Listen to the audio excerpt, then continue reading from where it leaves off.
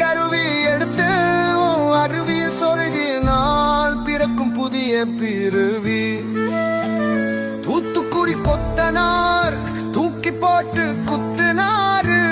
வெத்தலைக்கு தேவை சுண்ணாம்பு, வெட்டியா இருந்தால் வந்து ஊம்பு. பக்கத்துல பாம்பு படுக்க போட்டு ஊம்பு. தொங்குதே குஞ்சு அஞ்சர இஞ்சி கக்குதே கஞ்சி தன்னையே